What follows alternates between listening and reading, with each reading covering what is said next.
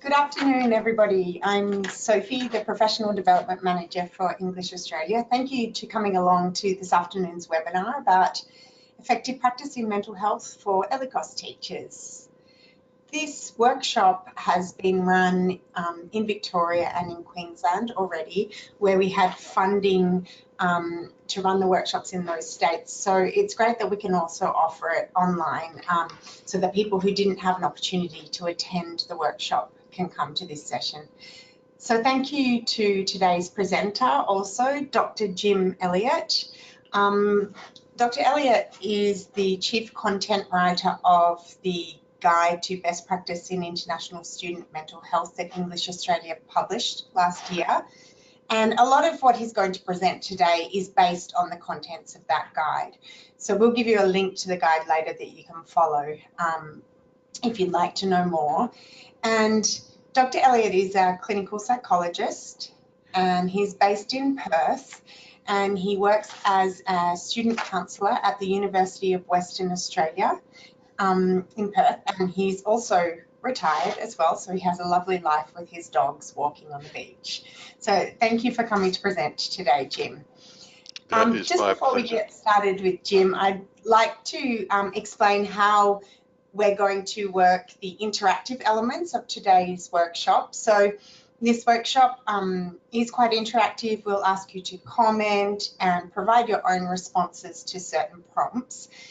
Because we have quite a large number of attendees at today's session, the best way for us to manage that is for everybody to type in their responses to the different questions that Jim addresses to the audience. So if you can type in your answers, that would be wonderful. All right, Jim, thank you. Handing over to you now. Okay, thank you very much. We will make a start. If I can get that slide to move. There we go. Okay, so for the next 2 hours, unless we manage to finish sooner than that, we'll spend a little bit of time setting the context of what kind of environment we're talking about and some broad issues about mental health. Then we'll take a look at what elements of effective practice should be addressed in ELICOS colleges, and a little bit of time assembling your resources. This is an old slide telling you there will be a break. There won't be. Not today. Well, you can have one, but I can't. So that is that slide. We need to find where the flipping move on button is. Can you move the slide, Sophie? Because it doesn't seem to want to move for me. Sure. Ah, there it is. Okay. We thank our sponsors for this. We wouldn't be running this workshop without support from the Victorian government. And what has gone on there? Thank you. And a brief disclaimer, this is a very short workshop. You're not going to leave the webinar with a master's degree in clinical psychology. We've tried to pitch this at people in a teaching role, and that's the level we're aiming at, that you go away with a little bit more confidence being able to deal with this sort of issue.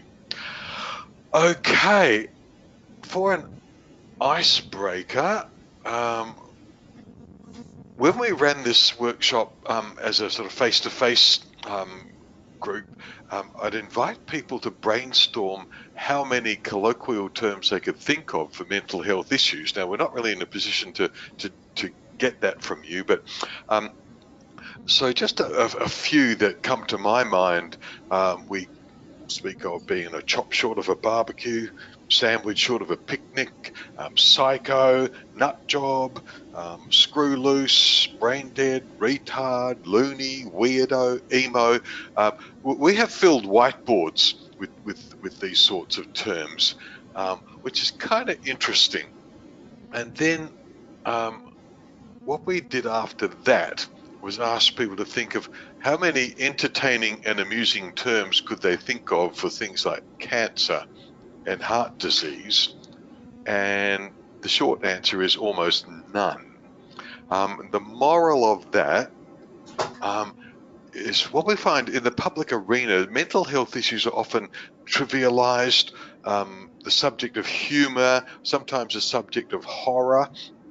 So if you think of the way film, TV, books portray people with mental health issues, it's often something to laugh at or something to be scared of. Now, humour's nice. It can destigmatise mental health issues, but we do need to be aware it's actually a serious business. Okay.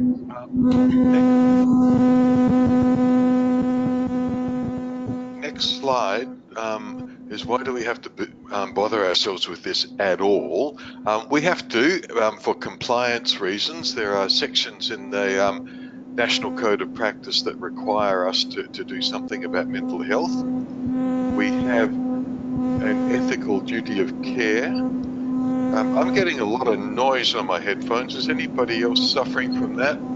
Sophie, is that happening for you? No, it's not, but maybe, okay, someone else has said they're getting noise. Yes, okay. I'm not getting any noise. Could everyone just make sure that all of your audio is turned off so that your microphones are turned off?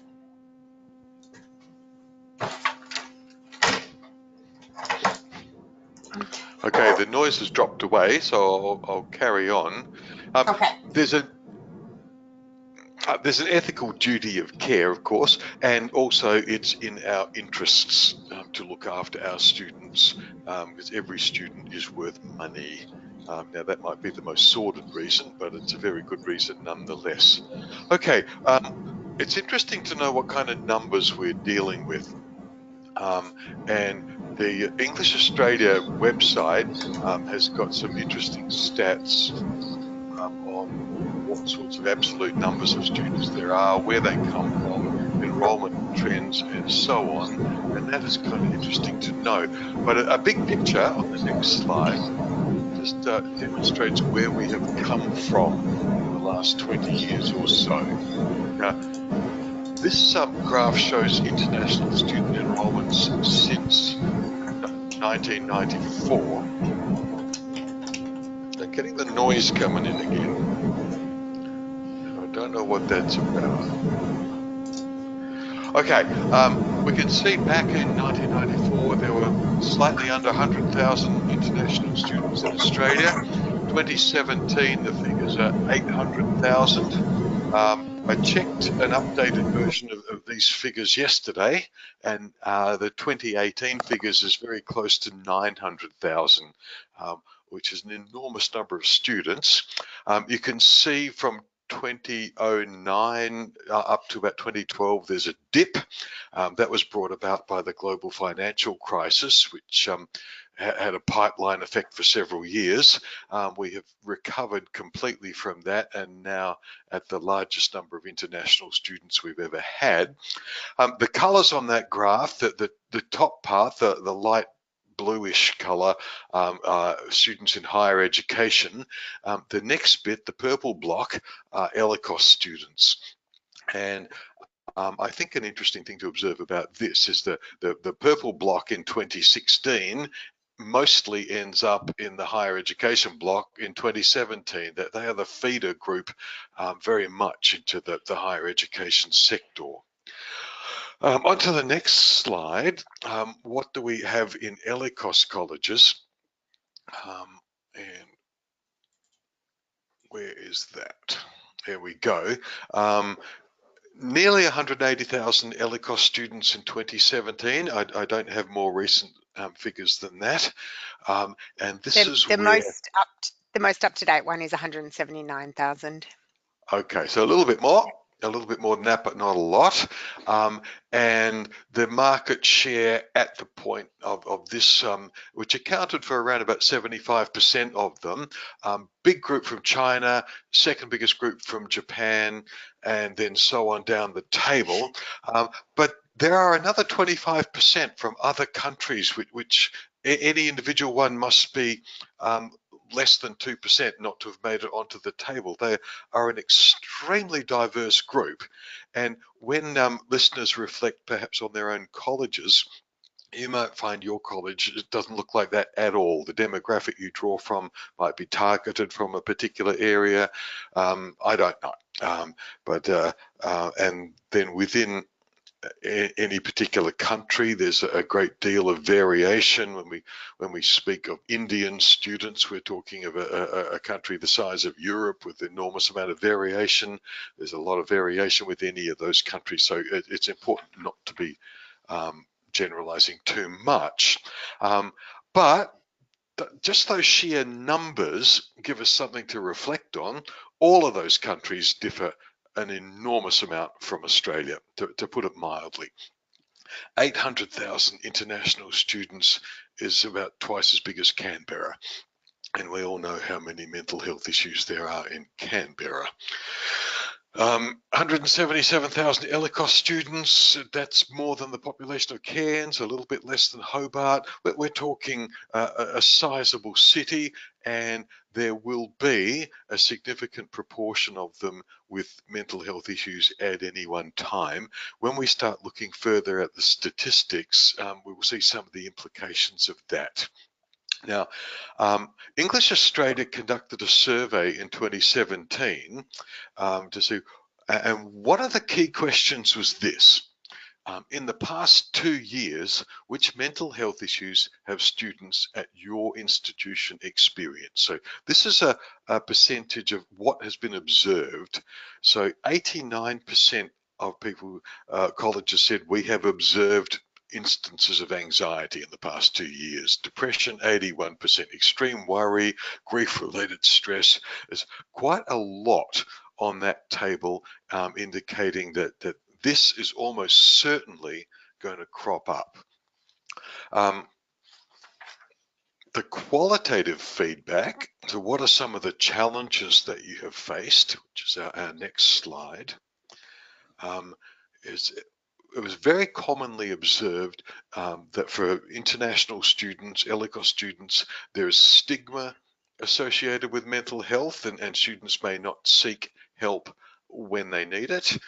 They might not even be aware there's a mental health issue. Their cultural background might not mean that is something that they are even open to thinking about. There will be students with undiagnosed conditions, and very few, if they have a mental health condition, will disclose that before they arrive. The smaller institutions commonly note they've got limited qualified staff and resources and budgets, and it's difficult to give students access to clinical psychs and other professionally qualified counsellors in a timely way. It was very commonly observed that there are language barriers. I mean, these students are in ELICOS colleges because their English is limited, and talking about mental health in a detailed manner in a second language can be tricky, and to find a counsellor who is fluent in the student's home language is hard. And then many people wanted to clarify what are the limits of confidentiality, especially with students under 18, and we'll get onto that a little bit later. Okay, students in general are a vulnerable demographic, and it's interesting to reflect on that. Students, can we go to the next slide, please, Sophie? Because students, sorry, if we can go back to the previous one. The students, sorry, I missed a couple of points. A big proportion of students, domestic and international, are in the age range 18 to 24, which is where a significant number of mental health issues typically first become apparent.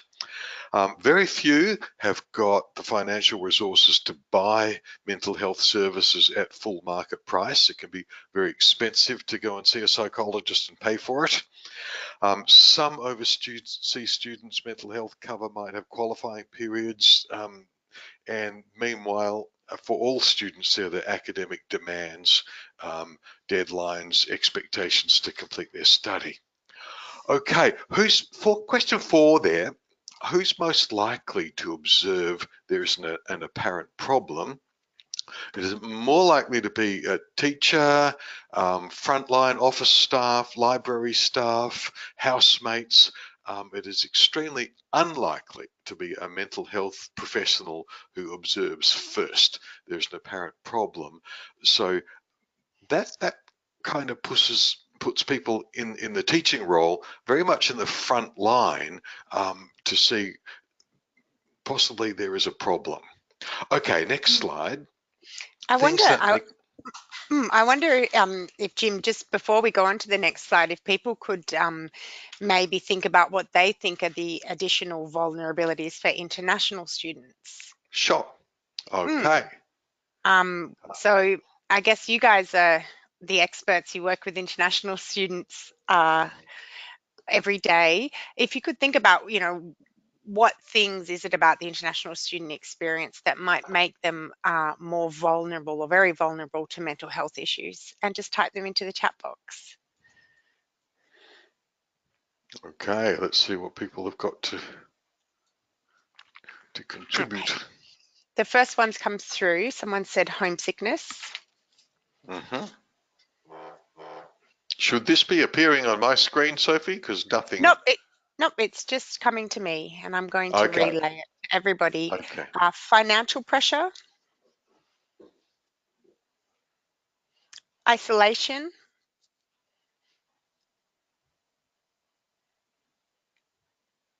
culture shock.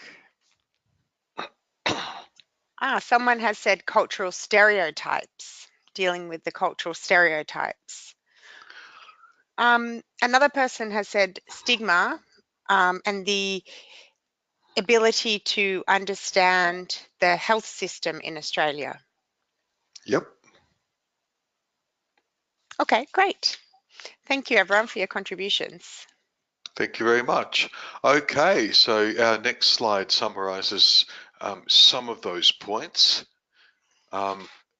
International students are away from home and whatever their usual support networks may have been. And while these days it's easier via social media and electronic means of communication to stay in touch, they're still not there. Ready or not, they have to cope with independent living while faced with all the differences of culture, food, language, renting places, financial costs. Mostly someone else is paying their fees. Don't meet a lot of international students meeting their fees out of their own bank account. And there's a great pressure to succeed under those circumstances. Some of them, particularly once they've finished ELICOS and gone on to higher ed, are in courses that they might not necessarily have chosen. But there's pressure to study a course that will pay off when they get home. And meanwhile, there are visa compliance issues. With domestic students, counsellors are often able to say, well, you could go part-time, you could take a semester off. We have some flexibilities that we don't have with international students.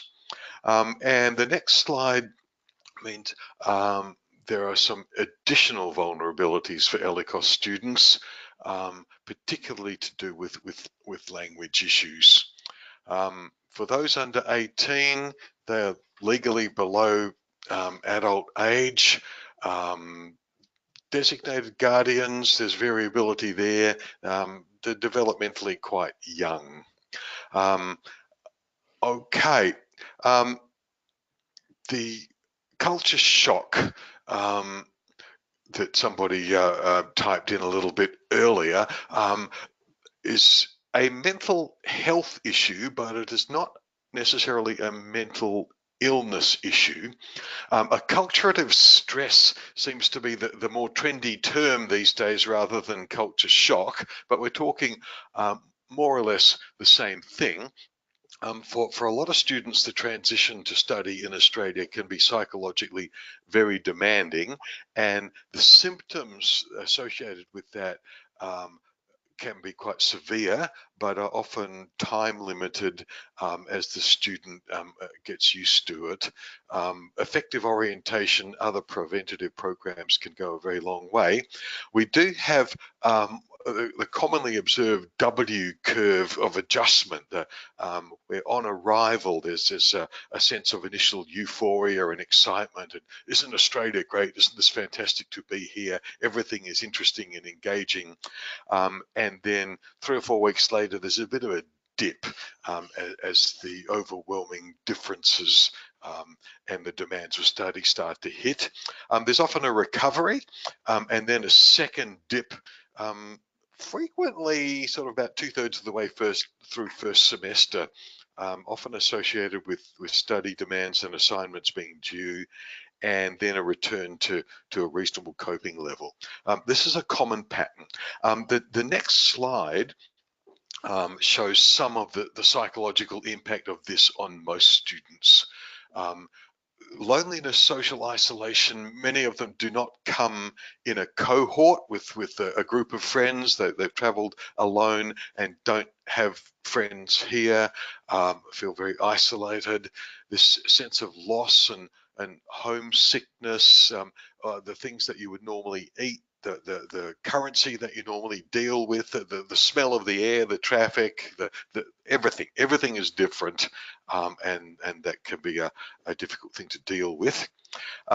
Identity and values confusion of knowing who you are in the culture. How are men and women supposed to behave? How do men deal with women? How are you supposed to treat your teachers and senior people? I've come across students find it difficult to even know how to address you. For example, I've got a PhD. I'm officially Dr. Elliott, but when I speak to students, I always say, you can call me Jim.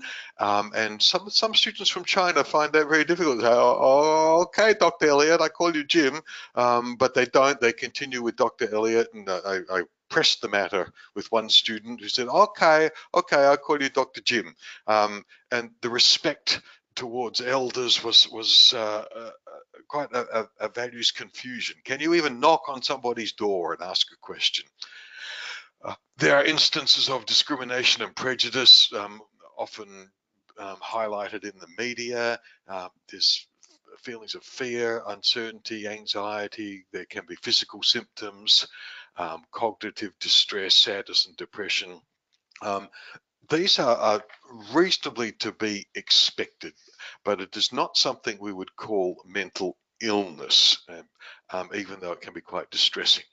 Okay, so let's get on to mental illness itself, which is the next slide.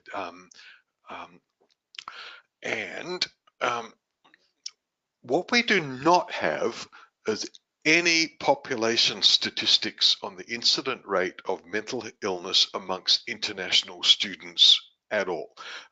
There are a bunch of studies from students of particular institutions that seem to indicate that the occurrence rate is not that different from domestic students, sometimes exacerbated, but certainly not less, but we don't know for sure.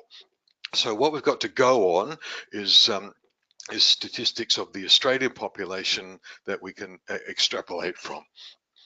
The Australian Bureau of Statistics, can we stay with the previous slide for a sec, Sophie?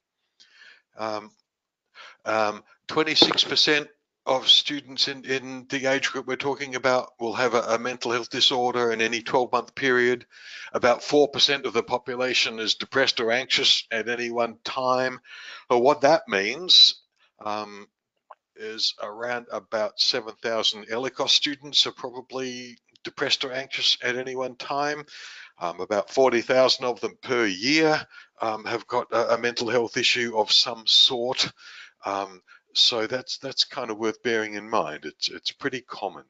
Okay, next slide. Somebody referred earlier on to the students not necessarily even being aware that there's a mental health issue.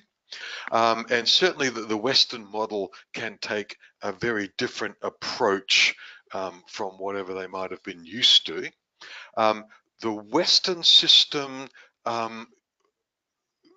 For psychologists, psychiatrists, other mental health professionals often use the DSM-5 as their diagnostic model. That is the Diagnostic and Statistical Manual of Mental Health Disorders, now up to its 5th edition, a very big fat book published by the American Psychiatric Association. There's often pressure for us to use the diagnostic categories in there if students are seeking access to their health insurance. We are pretty much obliged to use that. The treatment approaches will include medication of some sort, one of the many varieties of interactive personal therapy, a mixture of that. There are no fast and instant cures, and all of this may be something that they have not been exposed to. So next slide is their own cultural background can affect their attitude towards professional counselling in quite a number of ways. Now, is this a good moment, Sophie, for people to type in why that might be the case? Absolutely, yeah. Okay, so a little bit of brainstorming there. How could their own cultural background make a difference? Let's see what we come up with.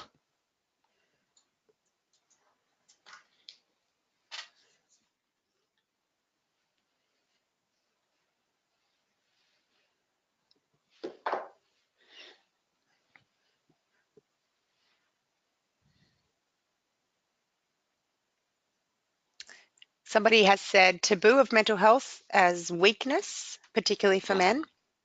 Mm-hmm.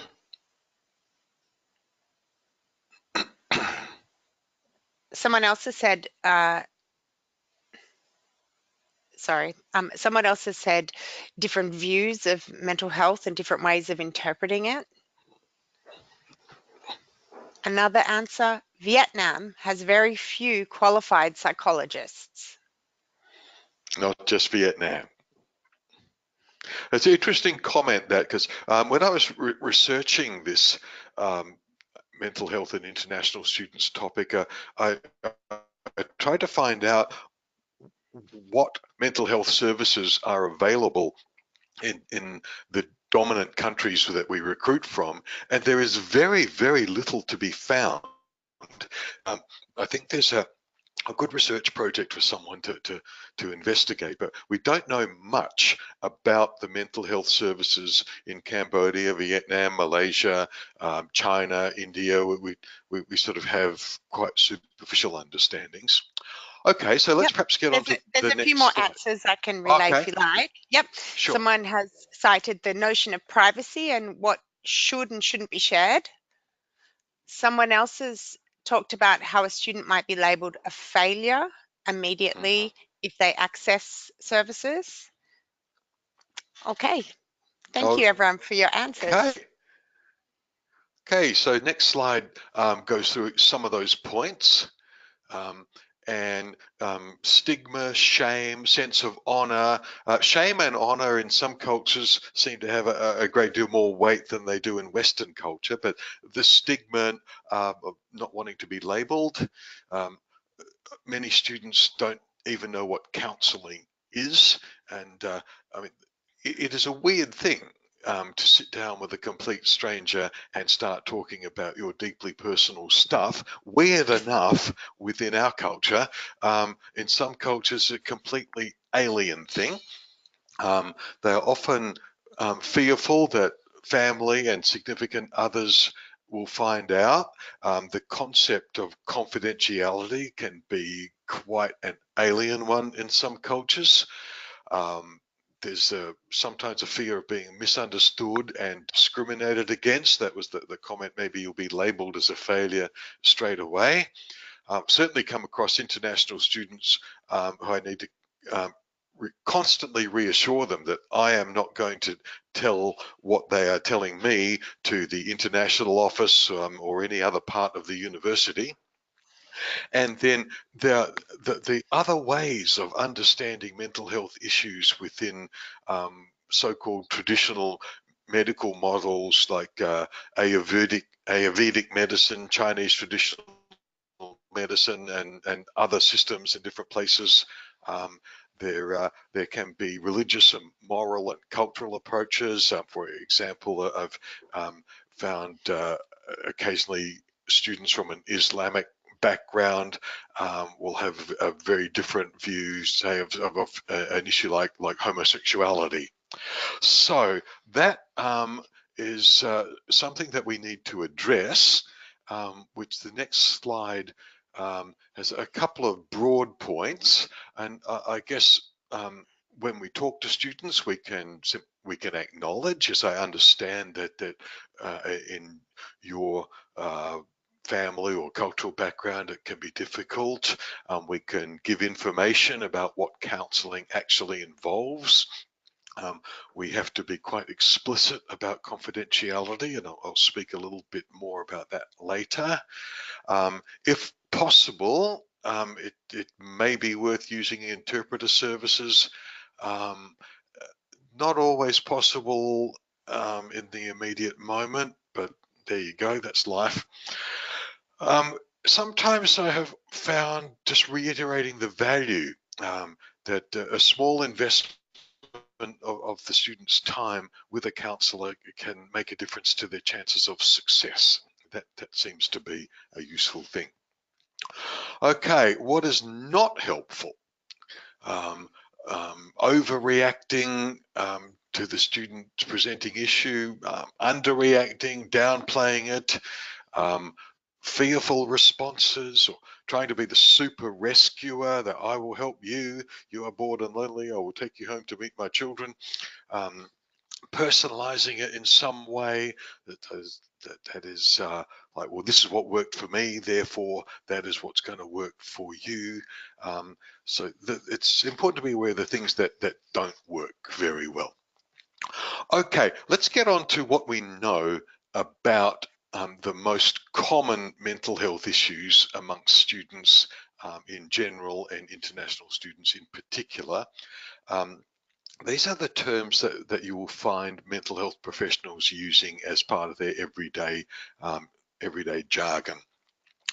Okay, next slide is the big two. The two most common mental health issues are anxiety and depression.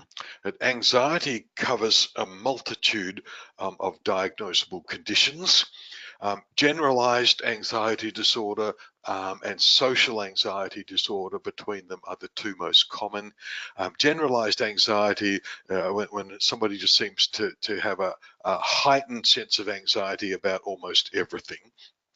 Social anxiety to do with people, commonly expressed when students have to speak in front of groups, or they're unwilling to engage in social interaction of an informal nature. Post-traumatic stress disorder, PTSD. A proportion of our students come from countries where there's been a history of violence of one sort or another, and so a small proportion will suffer the consequences of that. And we do have some students with obsessive compulsive disorders of one sort or another. Depression, the second most common mental health issue. Major depressive disorder, what is labeled dysthymic, is less severe but tends to be longer lasting. And then bipolar, which used to be labeled manic depressive, when people swing between a depressed state and sometimes unjustifiable levels of confidence. They can be hard to diagnose. In that the student comes in when they're feeling bad, and then 2 weeks later they're feeling fine, and you think you've done a wonderful job counselling them, but really they're just on a cycle. Okay, less common but quite serious. Psychosis, often commonly referred to as schizophrenia, when a person's connection with reality is impaired. Paranoia, hallucinations, delusional ideas. People behave in a very weird manner, which is very scary for that person the first time it happens, and also can be quite disturbing for others. They don't quite know how to handle it. The first episode of that most commonly occurs in the 18 to 22-year-old age bracket. So we're talking exactly our student population there. Mercifully not common, but somebody suffering from psychosis needs to be connected to psychiatric help very, very quickly. Eating disorders, quite common, particularly amongst young women, although not unknown amongst young men. Anorexia nervosa, people effectively almost starving themselves to death. Bulimia, the cycle of binge eating and then seeking to purge the consequences of that, either by self-induced vomiting, use of laxatives, or most commonly excessive exercise of one sort or another, which can be misleading. You would think, oh, this person's really healthy, they're going to the gym twice a day, but it may be part of their eating disorder. And binge eating is without the purging. It's simply a binge cycle and then feeling terrible about it. Okay, next slide. The alcohol and other drugs.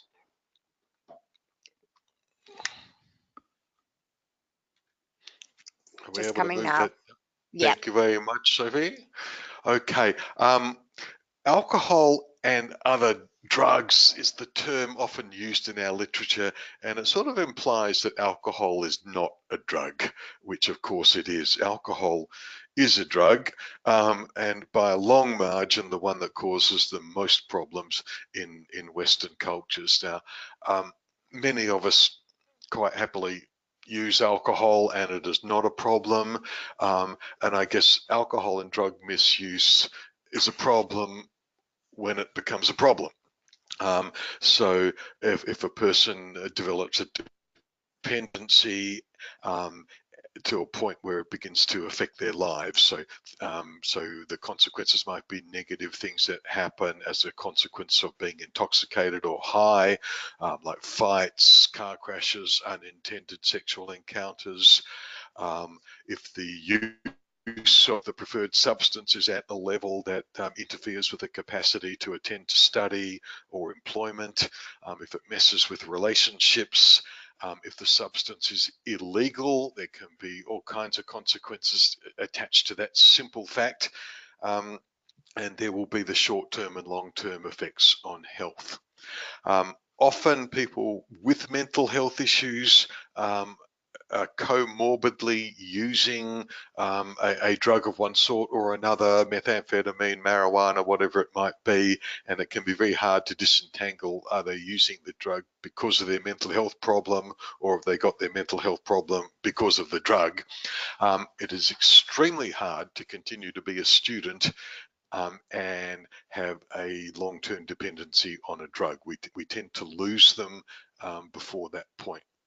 Okay, next slide. A couple of addictive social behaviours. Some of our students are very vulnerable to gambling issues, and it has become easier to gamble now that we have so many platforms on phones and other mobile devices. So it means you do not actually have to go to a betting establishment. But not a lot become problem gamblers. And then we have the growing problem of internet addiction, where quite clearly some apps are designed to be addictive. That is how they make their money. And I can occasionally be absolutely gobsmacked at the amount of time students will spend on social media, gaming, watching YouTube clips, online pornography, and things like that. It's like the internet was almost designed for pornography. Okay, and that's not all. There's a whole stack of other things in the DSM-5 that we haven't even touched on: borderline personality disorder, ADHD, phobias, and a stack of others. We could spend all day on it, but we won't. And then the situational things. When essentially shit happens of one sort or another, We've all come across students devastated by grief or loss, loss of a parent or a grandparent. I've observed, particularly in the one-child family Chinese policy, grandparents seem to matter a great deal to our students from China, and the loss of a grandparent can be devastating. Relationship breakup, many of our students are of an age, they're the first time they have a serious love affair, and the first time a serious love affair breaks up, and that can hurt. We have students victims of assaults of various kinds, physical assault, sexual assaults, robbery, motor vehicle crashes, drowning incidents. Stuff can go wrong that affects their mental health. Okay, so that's what we are faced with. And I want to spend just a little bit of time on the biggest and scariest issue of all. And we should note, suicide is not a mental health disorder. It is a consequence of a mental health issue of some sort or another. It's extremely low probability. Again, we have no stats on the international students, so we have to extrapolate from Australian statistics. And the most recent stats we have from 2015, which are a suicide rate 12.6 per 100,000 in Australia. Now, that is a variable figure. The completed suicide rate for men is higher than it is for women. The suicide rate for younger men is higher than for women, but the attempt rate is higher for young women than it is for men. It's a complicated kind of figure. But a rate of 12.6 per 100,000, we can reasonably expect there might be about 20 completed suicides amongst ELICOS students in a year, which is not a very nice thing to be aware of. So the chances of it happening in your college is low, but if it does happen, the impact is enormous. The attempt rate is really difficult to know to what extent is any attempt genuine. And when you speak to people who have attempted suicide, they're inevitably glad that they did not manage to complete it, and often frame it as the classic cry for help, or things were just so bad I couldn't see any other way, blah, blah, blah, blah, blah. But even so, an attempt is a serious thing, and it may have got to a point of completion if there had not been some sort of intervention. The statistics show the rate of attempts can be up to about 30 times higher than the number of completed suicides. So that would mean amongst ELICOS students, maybe about 600. So if it happens, that is a very, very bad thing. So some things to take into account. You don't make someone more suicidal by asking straightforward questions. So if there's some indication a student might be suicidal, you can actually directly ask that. Are you thinking of suicide? Are you contemplating taking your own life? You can put it bluntly. You don't have to use euphemisms. You have to take any mention of it seriously. Rather than dismiss it as some sort of flamboyant histrionic act, and in the awareness that they don't, well, mostly don't want to end their life, they want to end their suffering. And early recognition of the mental health issues that lead to suicide is probably the best way to go. So, next slide, please. The kind of things that would really be red flags. If the student is quite clearly expressing a high level of hopelessness, so this is never going to change, it will stay this bad forever. If they've got easy access to lethal means, now young women, if they attempt suicide, much more frequently go for overdoses of drugs. Young men tend to choose more violent things like hanging or use of firearms. So if people have got access to these things, it increases their risk level, particularly if they are impulsive. But the reality is we all have got access to lethal means if we really want to use them. If there's any previous history of attempts, if there's been past trauma of family abuse, sexual abuse, violence, other suicides in the family, these raise the chances that the student might actually attempt. If there's been something bad happen recently, very poor academic results, relationship breakup, fights, that sort of stuff, if they tend to be an impulsive or an aggressive person, if they're using substances, if they currently have some untreated mental illness, they've got no friends, no family, nobody to turn to, and resistant to seeking help, and are quite clearly expressing, this is what I am going to do. If there are several of those in place, they are big red flags that require connection to professional help as soon as possible. Things that reduce the risk on the next slide. If a person has got skills in problem solving, conflict resolution, if they've got a good support network, access to mental health, and therefore are getting effective treatment, if they've got cultural and religious beliefs that discourage suicide. These are not things that somebody in a teaching role has got a great deal of influence over, other than connecting the student to mental health care as soon as possible. Okay, so I guess that is your role. So if you become aware that a student is considering suicide and you're the first person that they talk to, you take it seriously. You ask them directly, have they been thinking about it? And if so, how detailed is that thinking? It's good to know what the 24-hour crisis call number is, and to provide that to them. And do not be sworn to secrecy. As for students say, please don't tell anybody, please don't tell anybody. You cannot go along with that. You say, no, I'm afraid I'm going to have to pass this information on, and consult with somebody, preferably someone in a more senior role or with some mental health expertise. And you want to document that. Now, this is a little bit of self-interest, that if anything happens, it's almost certain that there will be an investigation. Who knew about this? When did they know? What did they do? You do not want to find yourself in the position of the person that did nothing when they could have done something. So, next slide, please, Sophie. We have a simple vignette here. So let's take a look at this. And you might like to type in your responses to this. So Poppy is a student from China.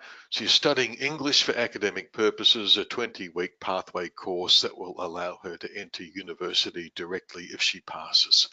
She's now into her 11th week of study. She's a quiet student who appears to be studious and conservative. However, she's missed submitting some essays recently and seems struggling to manage the demands of the course. Her housemates have become concerned.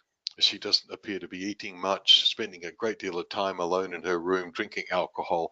They can hear her crying. Who decided to approach you as your teacher, asking for advice as they're concerned about some Facebook comments she's posted making statements regarding the difficulty of being accepted for who you are and how pointless things seem. The small amount of information you have indicates she's an only child and her parents in China do not speak English. But that's brought to your attention. What might you do?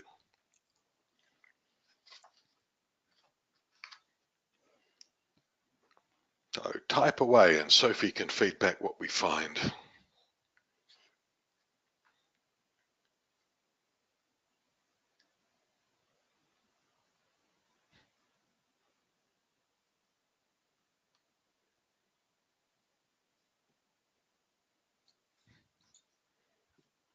Okay, someone said they'd ask her to come in for a chat. Good-o. Someone else said they would let the boss know and the boss would contact the counselling service. Someone else has said they would refer to the counsellor, they would take Poppy there and introduce the counsellor face to face. Lovely. Okay, so essentially we are not ignoring this. We are doing something about it. Having a chat to the student, given that she's not submitted assignments. As a teacher, you've got perfectly good grounds to speak about that, and then explore, is there something else going on? Making that direct connection to the counsellor is great, particularly escorting the student there personally, and introducing them face to face. If you can possibly do that, that is a damn good thing to do as well. Okay, and we'll get on to that a little bit more in the next section. Perhaps we can move on to the next slide, Sophie. In the effective practice booklet, we have got a number of headings of what policies and procedures ought to be in place. Under the overriding goals of what we aim to do is connect the student to the most appropriate source of professional help in the most timely way. Now, most appropriate source means it maybe they need to talk to their doctor, maybe they need a clinical psychologist, it may be a student advisor. So pondering what is the most appropriate is a good question. Professional help, but your professional role as a teacher is to be a teacher. You're not a mental health professional, so you don't try to be one.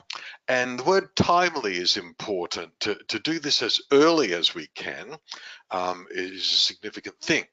The second goal is if they really cannot continue because of their mental health issue, it's just nice to help them get home with as much dignity as possible. That's not as easy as it sounds. Okay, moving along. First thing that we need to have, every institution needs to have a written policy. This is not your responsibility to write, but there should be one. Somebody in a senior leadership role needs to have formulated this in consultation with mental health professionals, and it needs to be reviewed from time to time. You need to be aware where that policy is, and what should be in that policy are statements which address the things that are coming up in the next few slides. And the first one that should be in there is we should promote the mental health services available to students lots of times and in lots of different ways via a number of different channels and media. So we don't get up in orientation and say we have a counselling service and think that you have done your job. It needs to be done several times, and it needs to be done in a number of different languages if you possibly can.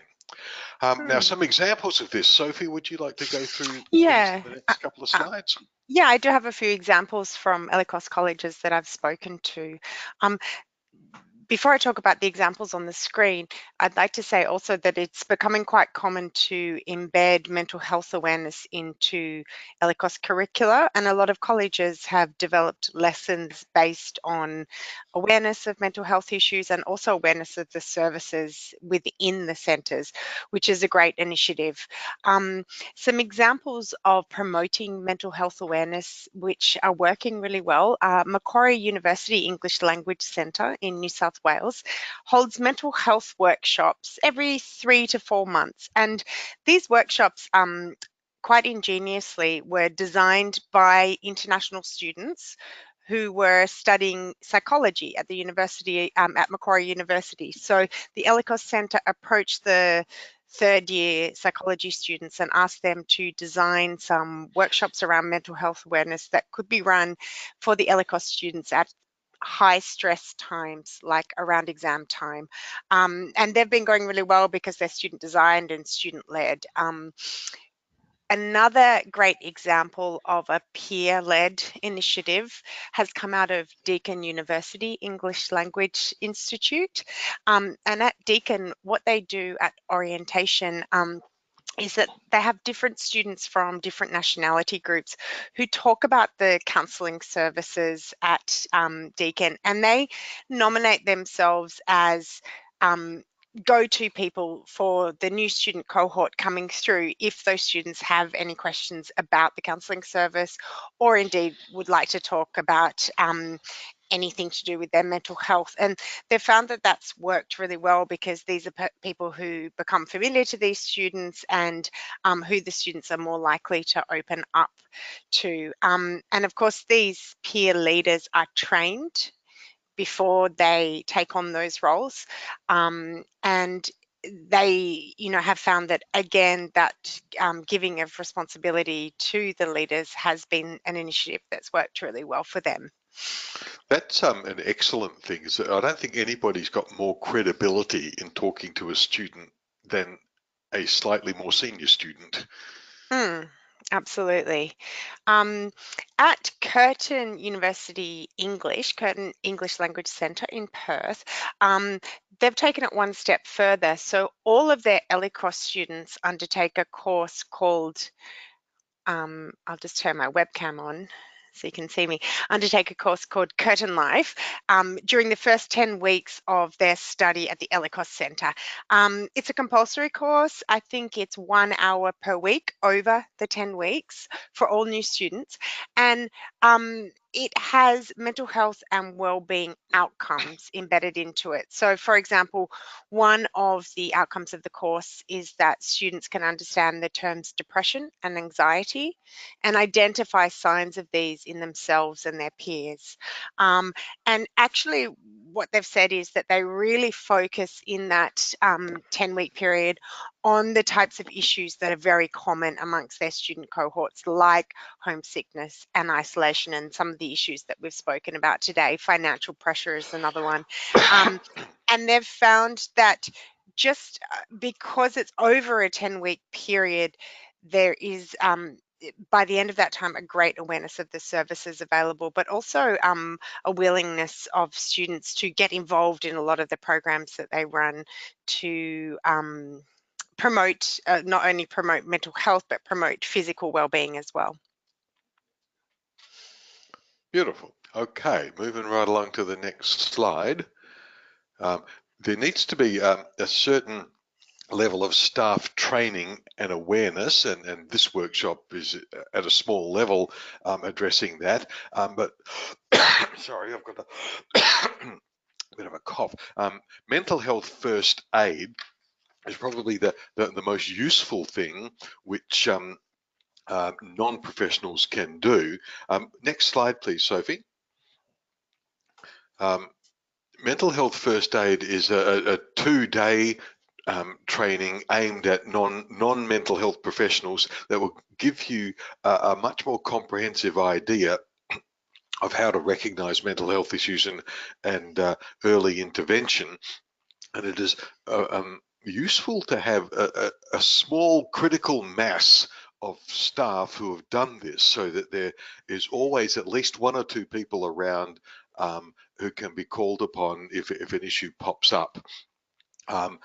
Third thing on that little checklist, clear protocols for staff to follow. So some sort of checklist of what to do if you come across a student with a difficulty. So it's not just an ad hoc response because you happen to be a caring person. Useful to have a 2-stop shop that is, if you don't know what to do, the next person that the student deals with does know what to do. So we avoid students being given the runaround. Staff training should make sure everybody knows what to do in the event of a critical incident. It can be useful to have the support services team meet regularly to share information about students who appear to have an ongoing mental health issue that requires a case management kind of approach. And if you do have students, professionally qualified staff, such as psychologists, it's important to make sure that their registration requirements are met by their professional development program. Okay, I think the next couple of slides are yours, Sophie. Yeah, they are. So I was also just going to talk a little bit about some examples from ELICOS colleges of staff training in mental health. And really, I think just to reiterate what Jim has said, that English Australia is really advocating that mental health training needs to be for all staff, not just for the counselling staff, because as Jim said before, students are much more likely to open up to their teacher or to a student services officer that they see every day, as opposed to making an appointment to see a counsellor. And it can be highly stressful for people who are not trained in talking to distressed students to be put into that situation if they haven't had any professional development.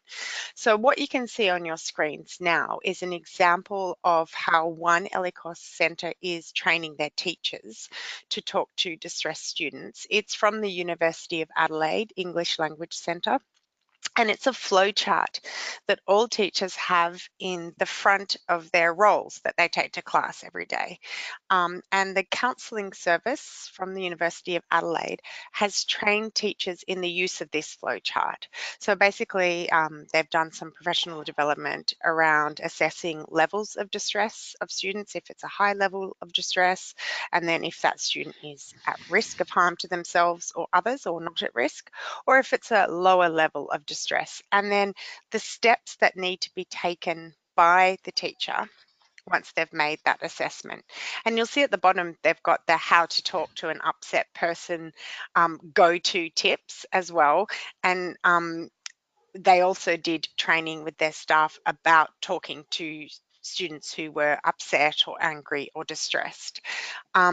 And they've found, because the use of this flowchart to be very effective, because it keeps it top of mind for teachers, and it also is, having the visual has been really effective for them. Something that other colleges are doing, I know Navitas English in Sydney is taking this approach with their staff, is that they're having discrete professional development sessions on particular issues that are very common amongst their students. So, for example, they might do one 45-minute session on anxiety and panic attacks. And so they really focus in on that and use a scenario-based approach to the session so that teachers feel comfortable and can workshop, how they would react in different situations where they could see that their student was highly anxious, or if someone was having a panic attack in their classroom. And again, they've covered other issues like depression and different things as well. And they said that for them, that's an approach that has been effective. Okay, thank you. All right, when to refer them. This is making sure you recognize your limits. I guess if the signs of distress are messing with their academic progress, is a fairly obvious one. If the issue is more serious than you feel comfortable handling, like some things, a friendly chat is fine, but if it's quite obvious that it's beyond that, then they do need to be referred. And if you're worried about their safety, obviously.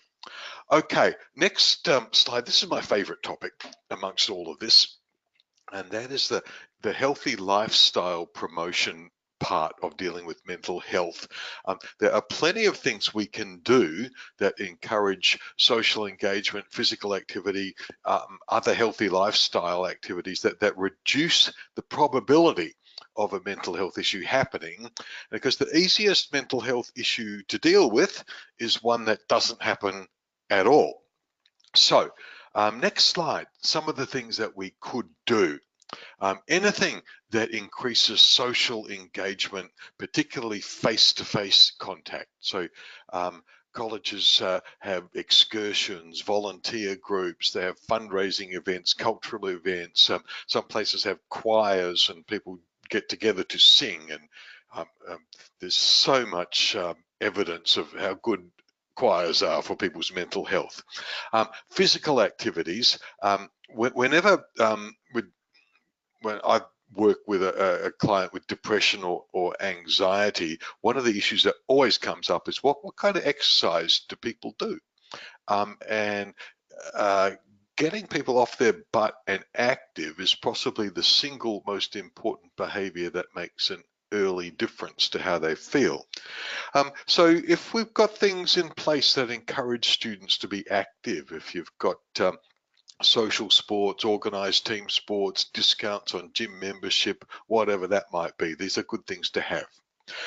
Organised relaxation, meditation, mindfulness groups, especially make a difference to anxiety, and there's plenty of places that have implemented those sort of things. Independent living skills program, how to handle your budgeting, shopping, basic cooking. They again reduce anxiety, and then targeted things on smoking, alcohol, gambling, that sort of stuff can be very useful things. So perhaps we can type some stuff in. What sort of examples do you have at your places? So let's see what you can come up with, and Sophie can feed them back to us.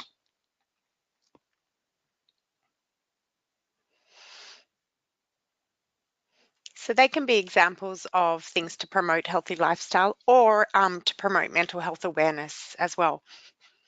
Yeah.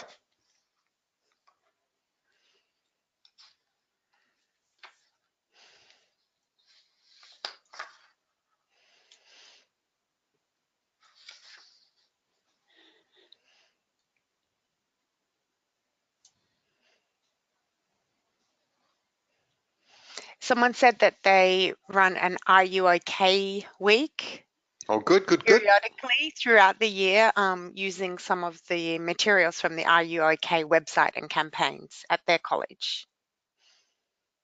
I think that Are You OK is a really great one because it's, you know, so it's a very easy concept, and Yeah. it's such an important message as well.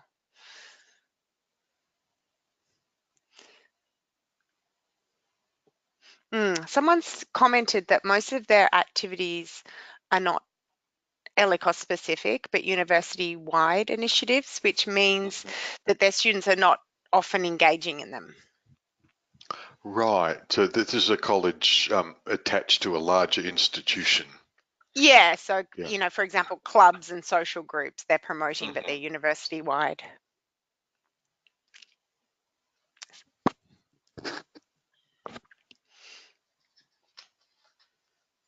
Yeah, and I think a good example of somewhere where that is working, where there is that divide, is the Centre for English Teaching at Sydney University. So they encourage a lot of their ELICOS students to get involved in the clubs and the social groups on the main campus, but they have a lot of promotion of their clubs and social groups integrated in their student engagement program at the ELICOS Centre, and they even have a kind of gamified promotion of them where, you know, if you join a particular club or a social group, you get X amount of points, and that seems to have worked for them as well.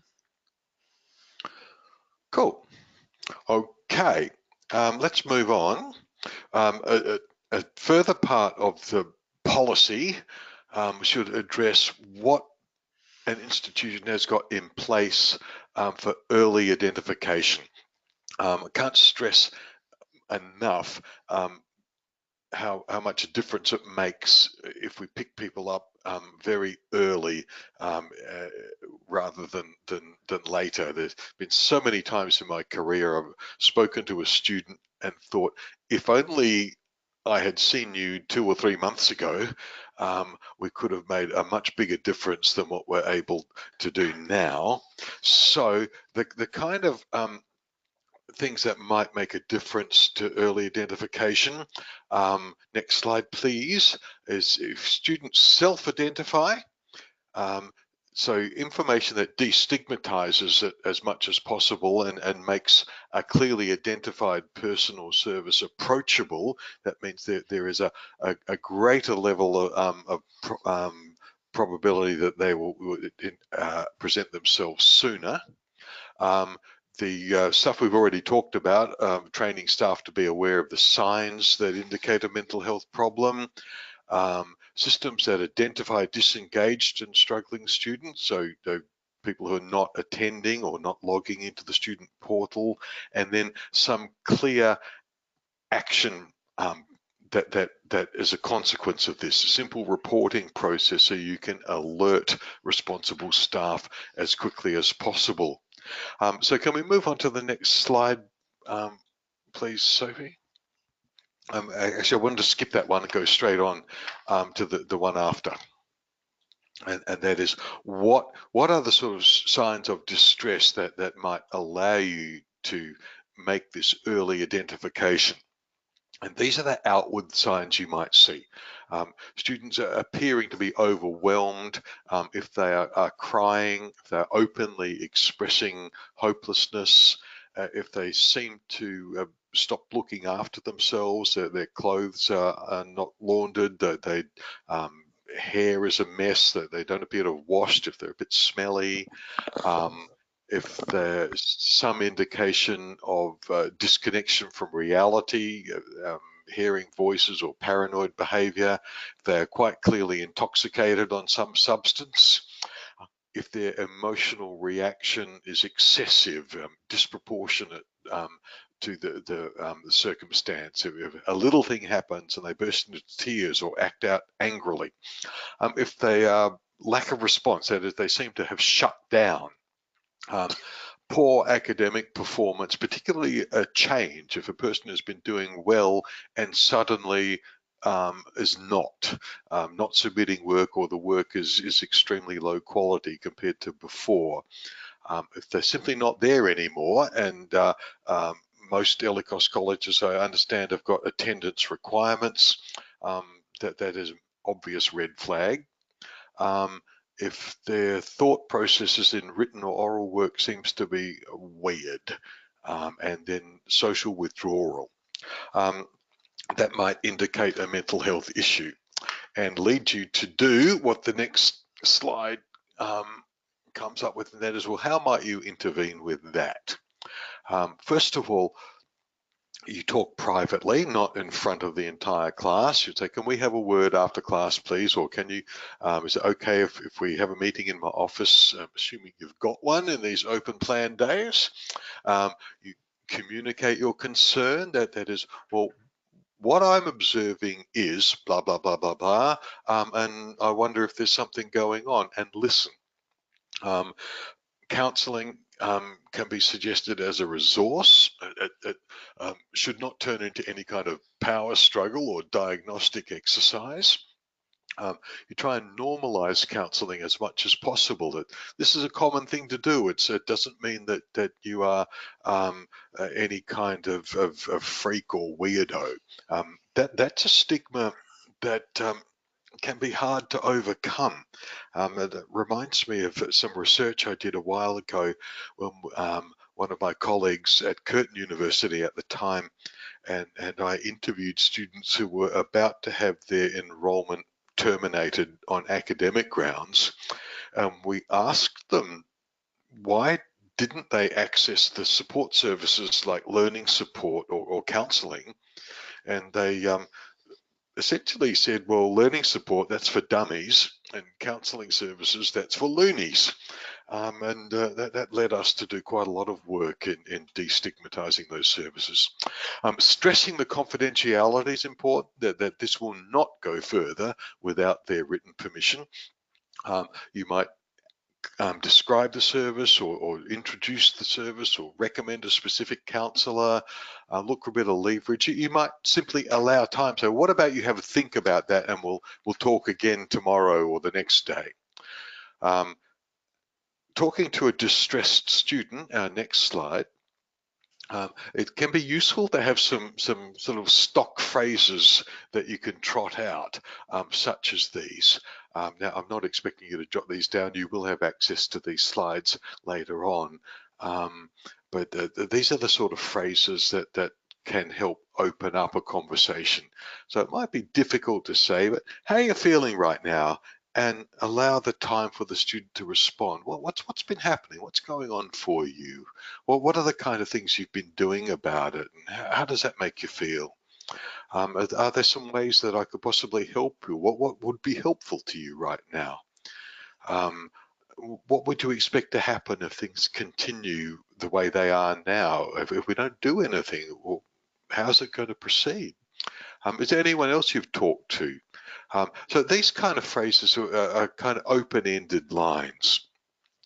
Okay, we can move on, I think. Mental health issues can be regarded pretty much in the same way as other disabilities, and we should be able to make reasonable adjustments in the light of mental health issues. Now, reasonable adjustments are, well, as the term implies, they've got to be reasonable. So, next slide defines a little bit more of what I'm talking about. There should be, no, that's the previous one, there should be a clearly defined documented process. So if a student is unable to meet an assignment deadline, unable to attend a test or an exam for some mental health issue, there should be a standard form. And that would require written support from a doctor or mental health professional that is able to state, well, this is the impact on the student's capacity to meet study demands.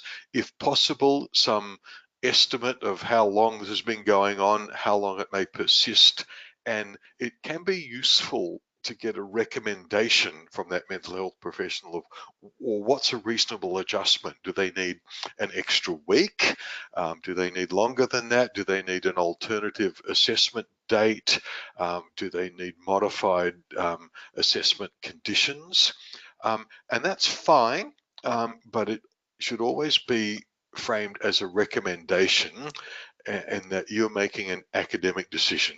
So the college itself has the final decision on what that consideration is. It may be there are situational issues like death in the family where they don't necessarily need a mental health professional's statement. So we have some level of flexibility on that. And then we've got to bear in mind that there are some ethical and other problematical issues going on here, that we still have got the satisfactory progress requirement, full-time study load. We have to bear in mind some of the mental health symptoms actually get in the way of seeking help in a timely and appropriate way. Like somebody with a major depressive disorder, one of the symptoms is a lack of motivation to do anything whatsoever. In the end, you have to be able to make some kind of statement that a student has met the academic standards so that they don't get a pass if they haven't actually done the work.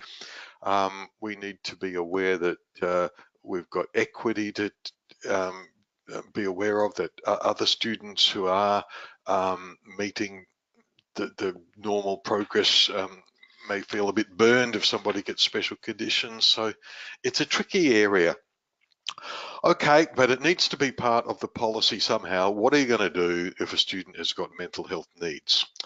Okay, part of your mental health policy should be what kind of support do you offer to staff who have been affected by mental health incidents. That is not necessarily the subject of it, but it has had an effect on them in some manner. So if you are exposed to a critical incident, or other students are aware of someone else who has suicided or attempted suicide, it will have an effect. So those students might need access to counselling or psychological support. There might be opportunities necessary to debrief on that. Okay, student rights and responsibilities. Our next slide. In particular, confidentiality. It can be a misunderstood term. People often believe there is confidentiality means that things are 100% private, and that is simply not the case. Students have got a right to confidentiality within safety and legal limits. That is, if somebody discloses information that means they are in danger or their actions are likely to endanger someone else, then confidentiality is waived. If a student leaves your presence and you're convinced they're going to hurt themselves, you have to bring that to the attention of someone who can act on it more or less immediately. If they leave your presence indicating they're going to harm someone else, you have to do something about that. The legal limits to confidentiality are that if you have got records and a student is involved in some sort of court case and the presiding judge demands our records, we have to hand them over. If somebody demands their own records under freedom of information, we have to hand them over. So all of that implies there better be records to hand over under those circumstances. So when we're talking confidentiality, we need to explain it is not open-ended total privacy. Confidentiality applies almost equally to people who are under 18. Under Australian law, we are obliged to report incidences of abuse and violence in domestic situation, but other than that, we're not required to breach confidentiality on any different grounds than over 18s. Okay, next one, and this is our final slide in the policy section, is every institution should have very clear protocols to follow if there's a mental health crisis of some sort, and nobody should be in doubt about who's your first point of contact in the event of a critical incident. It might be security staff, it might be director's office, it might be counselling, but it needs to be somebody who's got the capacity to act. There's quite a lot more information about crisis intervention in the best practice booklet. I don't want to spend any further time on that today. So let's move on to our final section, and that is being aware of what resources you have, both within your college and within your community. Services can vary quite quickly with funding arrangements, and that nobody has got money forever. So you do need to update whatever resources that you have, at least annually. That's the responsibility of the support services area, not the teaching area. So next slide. People who are in front line do not need an enormous list of resources. It's best that you have a very small number of resources, that is, that you need to know who to contact in the event of a clear emergency or crisis, that you're aware of what the 24/7 crisis numbers are, so you can hand those over to a student, and that you know who to contact for whatever operational area you have, counselling, student advisory, or whatever area might have responsibility for further management of a mental health issue. And that area should maintain a comprehensive list of the localized resources, which is what the next slide is. That area should be aware of. If they've got these things internally, they should know who the course coordinators are, supervisors and tutors. If there's student accommodation services, they should know who the managers and assistants are. They should be aware of all of the student services, occupational health and safety, health, disability support, multi-faith services, and so on. If those things are not internal to the college, then they should be aware of what community services there are that are similar to that. General practitioners, police contacts other than emergency numbers, mental health response lines, crisis care, primary and secondary psychological services, volunteer lines, and so on. The crisis contacts that you should all be aware of, obviously 000 and campus security and Lifeline. There are a number of 24/7 lines available, I tend to give students just one rather than complicate it by giving them more. So 13, 11, 14 is the most common one, and their website gives further information about their services. Okay, things that are available in the community. Next slide. At the time we wrote this, all of these services indicated that they were available to international students, but sometimes it took a while to establish that fact, because occasionally I would phone or email and be told, I'm not sure, I'll need to check, but they all are. So Headspace is available, Beyond Blue is available, and there are a number of resources accessible from Mental Health First Aid that are also available to international students. If you're hunting what is available in your own community, next slide.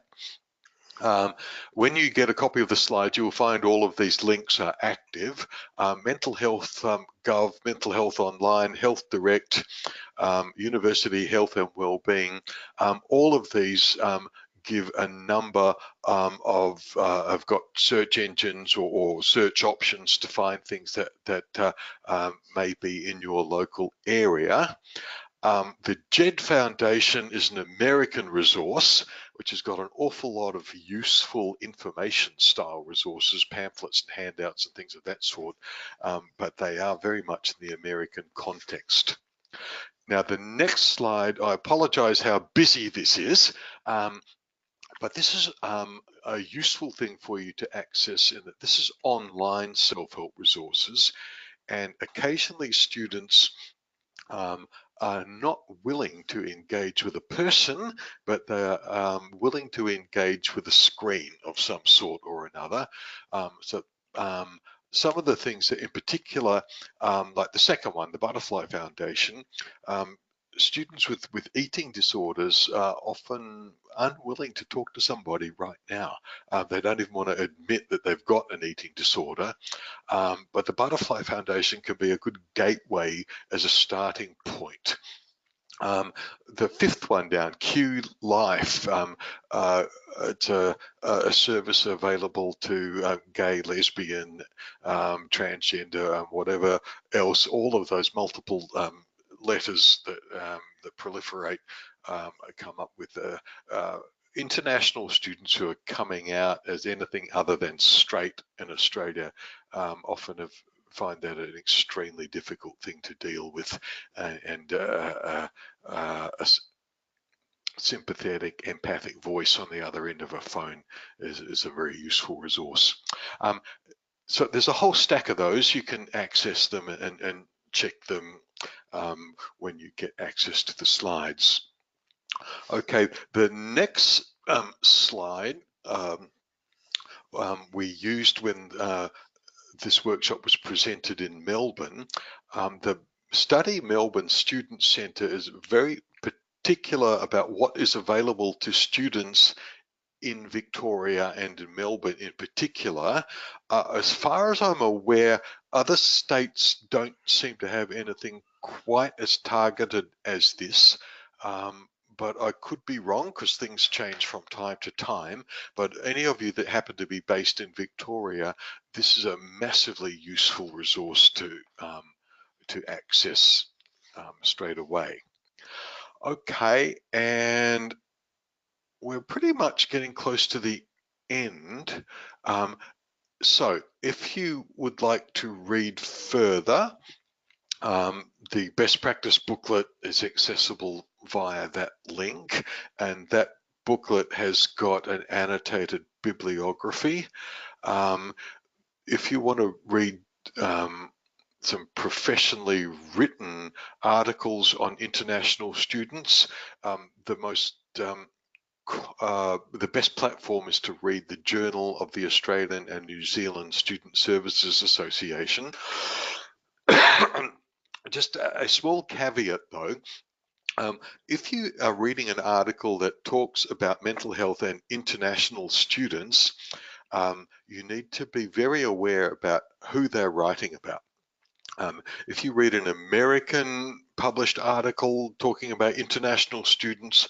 The population they're talking about is not the same as us. By far the biggest proportion of international students that come to American institutions are coming from Canada and Mexico and other American countries, and then a huge number from People's Republic of China. If you're reading a Canadian article, their biggest proportion of international students happen to be American. So who they're writing about makes a difference. When they wrote it makes a difference. There's a lot of stuff published in the 90s, early 2000s. It's a different context than now. So you need to be quite clear who you're reading about.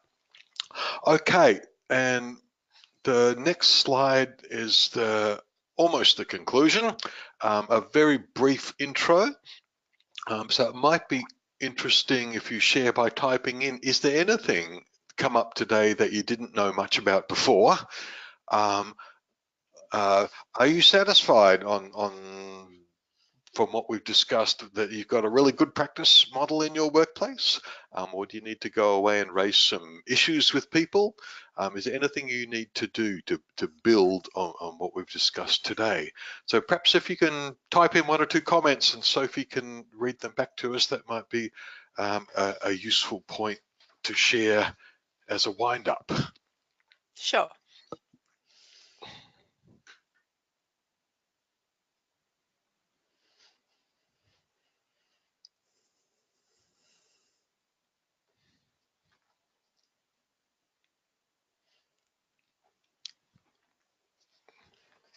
Also, if you have any questions for Jim at this point, you can type them in as well.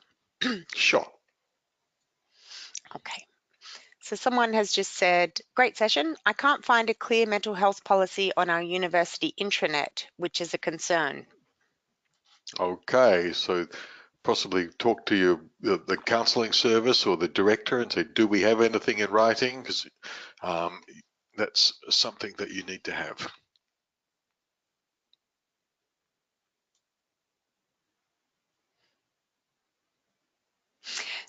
Someone else has said, I found it interesting that it's okay to be direct when asking someone who may be suicidal questions.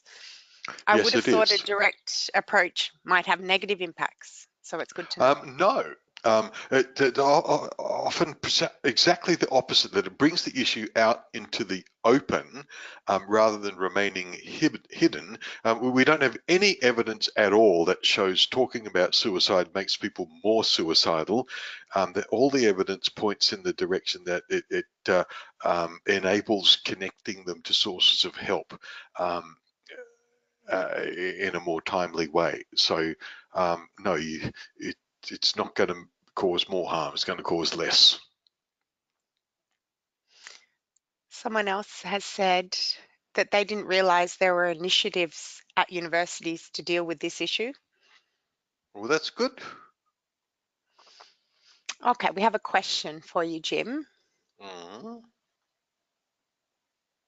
Oh, sorry, the person who just said that they didn't realise about all the initiatives said that they would like to follow up on some of those and see some case studies. I guess I would just like to make a little plug for the Guide to Best Practice in International Student Mental Health, because it does have a lot of practical examples and some more meaty case studies scattered throughout it. So that would be a good place to start. Okay, Excellent, here's the question. Here's the question for you, Jim. What can teachers do in the classroom that can help destigmatize? Can we be direct with students about what problems they have and how they can possibly best prevent mental health issues? Well, I think the example from Curtin University, where it's actually made part of the curriculum, is the most effective way to go. Doing it on an ad hoc basis, if students look like they've got an issue, is a reactive way to deal with it, whereas including it within a teaching program means you can kind of use it as part of the teaching of English, but also address the content. So I would rather see it formally part of the curriculum than just an ad hoc informal response. Yeah, we actually ran a webinar on Wednesday that's in our webinar library now, where we hosted 2 different colleges that did have curriculum embedded initiatives for mental health, and they were quite different. One was Curtin Life, the other one was CQU English in Melbourne, and they had created just a suite of 3 lessons that teachers were using in their classes, and what they said was that they felt it just opened the issue up for the teaching staff, which then meant it really opened it up for the students and became, something that was much less taboo. Yeah. I guess some teachers have said to me that they have little questionnaires that they routinely do as part of their classroom routine with students, where they just check in with how students are feeling emotionally, and in how they're feeling in terms of their well-being. So they sort of have maybe 5 to 10 questions where they ask them things like, have you been getting enough sleep this week? And on a scale of 1 to 10, how much are you missing your family this week, and things like that. And that's helped, just within their own classroom group to open the issue up a little bit as well. And some other colleges have those little checklists that they use with their students when they do their, say, every 3 months, they might do a student evaluation survey, and they include those checklists at the end of it.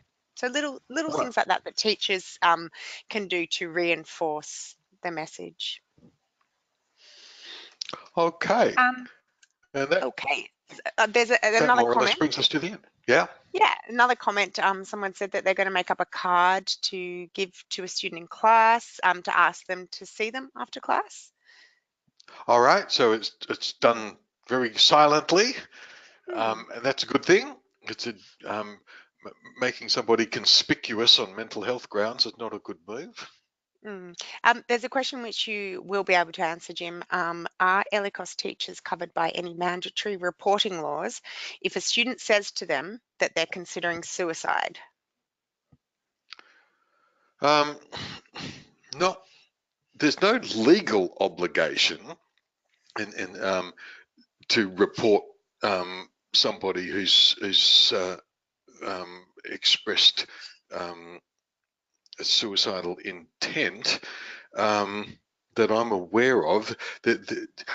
There's certainly an ethical obligation that if you were aware and did nothing, it would be kind of hard to defend why you did nothing, but I don't think you're open to legal prosecution, to the best of my knowledge. Was that the essence of that question? I think so, because someone else has commented that some of the people in the audience today are nurses, and they would be covered by their registration body in that sense. And I think probably what the question also goes to the heart of is when you can breach confidentiality, and certainly in that situation, within a college, you would automatically breach confidentiality between you and the student and go and tell the person who is the person that you have been told to report those issues to, in a case of where someone's told you that they're thinking of committing suicide. Yeah, absolutely. So I guess, the rule of thumb is that are they at risk of harm to themselves or others? And if you feel that they are, they can breach that confidentiality. Is that correct, Jim? Yep. Yeah, absolutely.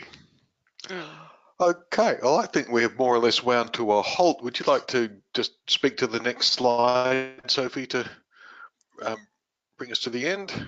Sure.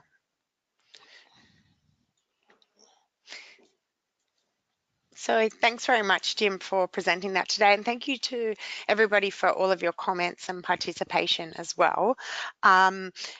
If you'd like to make any other comments, then please get in contact with me. My email's up on the screen. But also, if you'd like to continue this conversation with like-minded professionals who are interested and engaged with this issue, then I do urge you to join the English Australian Mental Health SIG. this is a special interest group of teachers and people who work in the student advising and student services departments of ELICOS colleges. And they have an online Facebook group, which is a closed group that you can join. And it's been quite an active space with people posting lots of different articles and ideas about mental health awareness and dealing with the mental health of our students. And as well as that, the group runs particular professional development events throughout the year. So the webinar that I just spoke about, which was about embedding mental health awareness into the curricula, was actually hosted by the Mental Health SIG, the one that we ran on Wednesday. They'll also be running a pre-conference workshop in Melbourne on the 18th of September about setting up mental health awareness workshops in your college, which is fantastic. And they have a biannual newsletter which they send out to their members. So it's a great initiative to get involved with. You have to be working at an English Australian member college to join the special interest group. All right, Okay. so that's it from me. Jim, did you have anything else you wanted to say before No, we just start? thank you to everybody for having the patience to listen. I know it's a sort of almost a one-way street when it's a webinar of this size, but I appreciate everybody's patience in listening, and good luck with it all. Yeah, and thank you again, Jim, for all of your work in training people around Australia with us. Okay. Okay, well, goodbye, everyone. Bye, everyone.